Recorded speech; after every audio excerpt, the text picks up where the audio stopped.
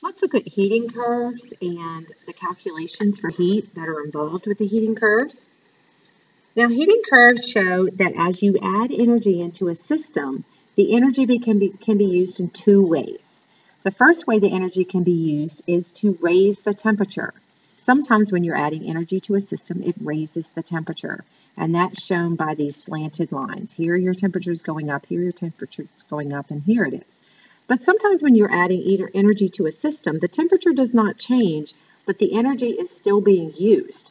In this case, the energy is being used to melt a solid and cause it to become a liquid.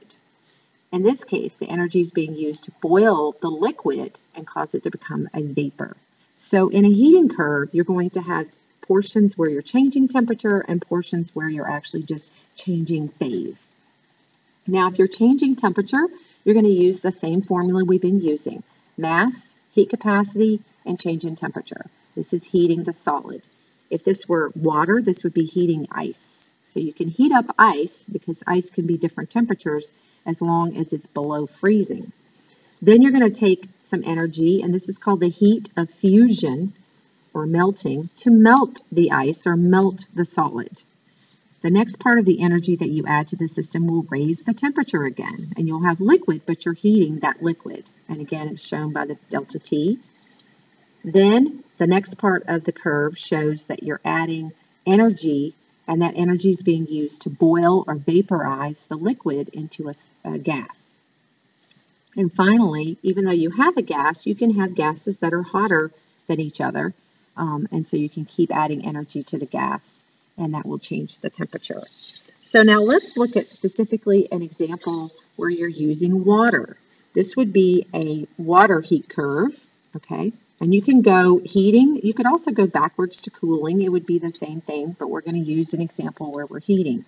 So in this case, you take 10,000 grams of ice at negative 10 degrees C, and you want to find out the total amount of energy you need to raise that ice all the way up to 120 degrees.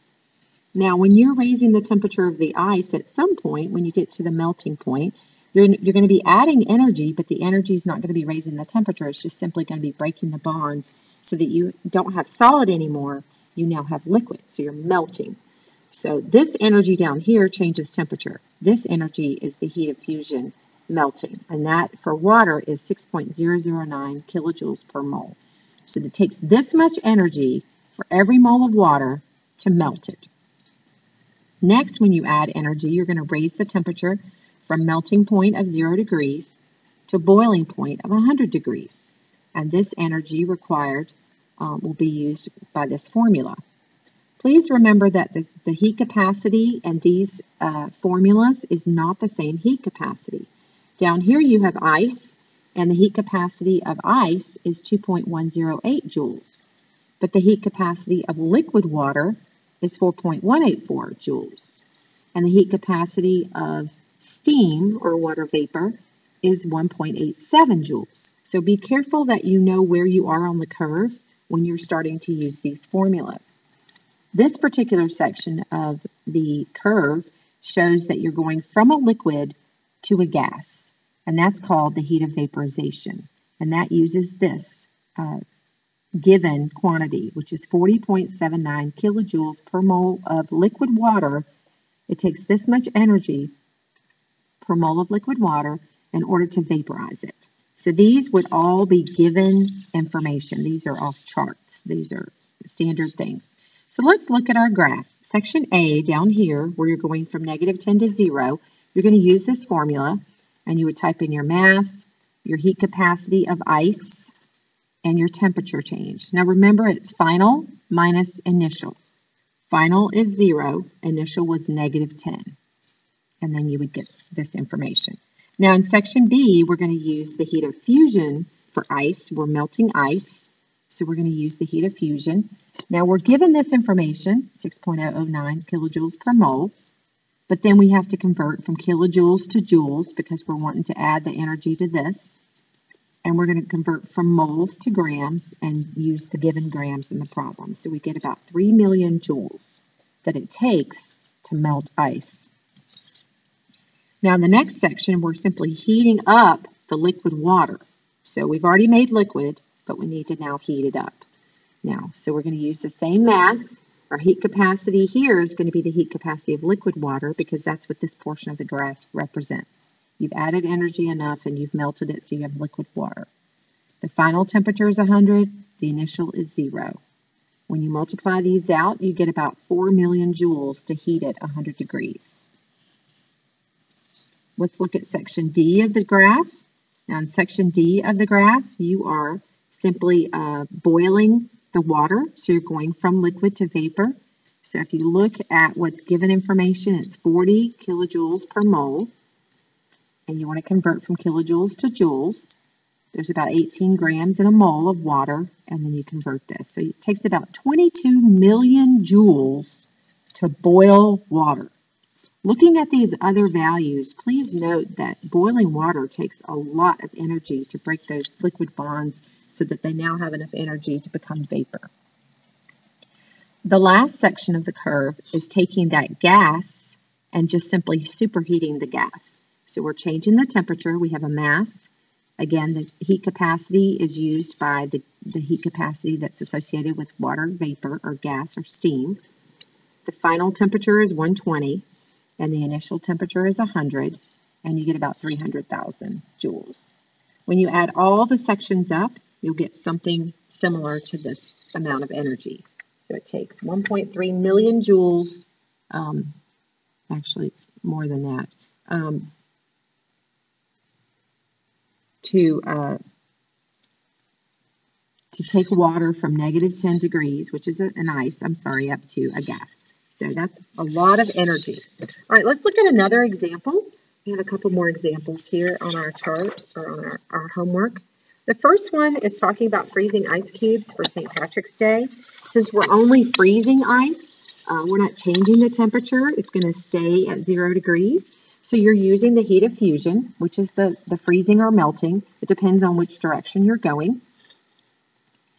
So 6.09 kilojoules per mole to heat ice, to freeze water.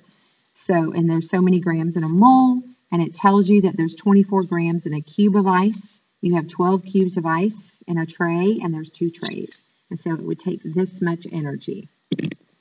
All right, looking at the next one, Trevor, he has a cold, and so he needs to use a vaporizer.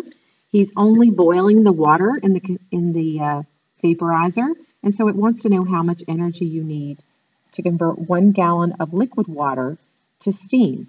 So again, all we're doing is changing phase, but this time we're going to use the heat of vaporization. So we start with the heat of vaporization, use the molar mass of water. It tells you that there's 1 gram for every milliliter. This is the density of water, and it gives you conversion from milliliters to gallons, and you would need this much heat in order to put into the system. It would be an endothermic reaction because you're putting heat into the system to boil it. All right, let's look at number 17. Rachel's prom dress is a mess. It's all wrinkled. She doesn't have the time or patience to iron it, so they want to know how much energy to fire up the steamer. So she's going to take liquid water and start at 25 degrees. First, she has to heat it up to 100. Then, when she's at 100, she still has water. She has to boil it. So there's 2 different parts here. So the first part is heating it up, and the second part is boiling it. So heating it up, again, is going to use the same formula. Why do we use 4.18? Because this is for liquid water. All right, so mass is 521. Here's our heat capacity for liquid water. Our final temperature is 100. Our initial temperature is 25. And so when we put all that in there together, you're going to get, I think I wrote the wrong answer on that other one. 163,334 about is what you get, okay? Joules. Now down here, the heat of vaporization, okay? And so you have 40.79 joules per mole. 1 mole of water is about 18.02 grams or 18.015 or 016 or whatever you want to use. It's going to be close enough. And then you know that for 1 kilojoule, it's 1,000 joules. And so your moles are canceled. Your kilojoules are canceled, so now we just need our grams. And our grams were given in our problem. There's 521 grams. So these guys cancel. So your answer is going to be 1179334 joules. So when you add them all up together, this is the answer to this one. I apologize. 10 to the 6 joules. I knew that number didn't look right. Oops, 34. All right. Okay. Now I want to go back to the other problem for just a moment because I accidentally wrote this answer for the other problem. This one down here, when you add all these up, you won't get this. You're going to get 3.1 times 10 to the 7th joules. Okay, that makes more sense because it's 31 million instead of just 1.3 million. So please be sure to fix that one. Okay, so number 18. Let's look at number 18. 18 is also just using a steamer to steam off wallpaper. It's very difficult to do and very annoying. Okay, so how many grams of water has he changed to steam? So all he's doing in number 18 is trying to find out the number of grams. So here we have we know that it takes this much energy for every mole of water. And we know that every mole of water has, let's do it the other way. We know that we have this energy, 967 kilojoules, okay? And it takes 40.79 kilojoules for every mole of water, so these guys cancel. And 1 mole of water is 18.015 or 6 grams. Okay. All right. And so, and that's what it was, is grams. So you're done there. So when you multiply it out, you get 14,560 grams, about 14,000 grams of water is what he steamed and used to strip off the wallpaper. All right, there you go. Be sure to make that correction on the last problem, and you're good to go.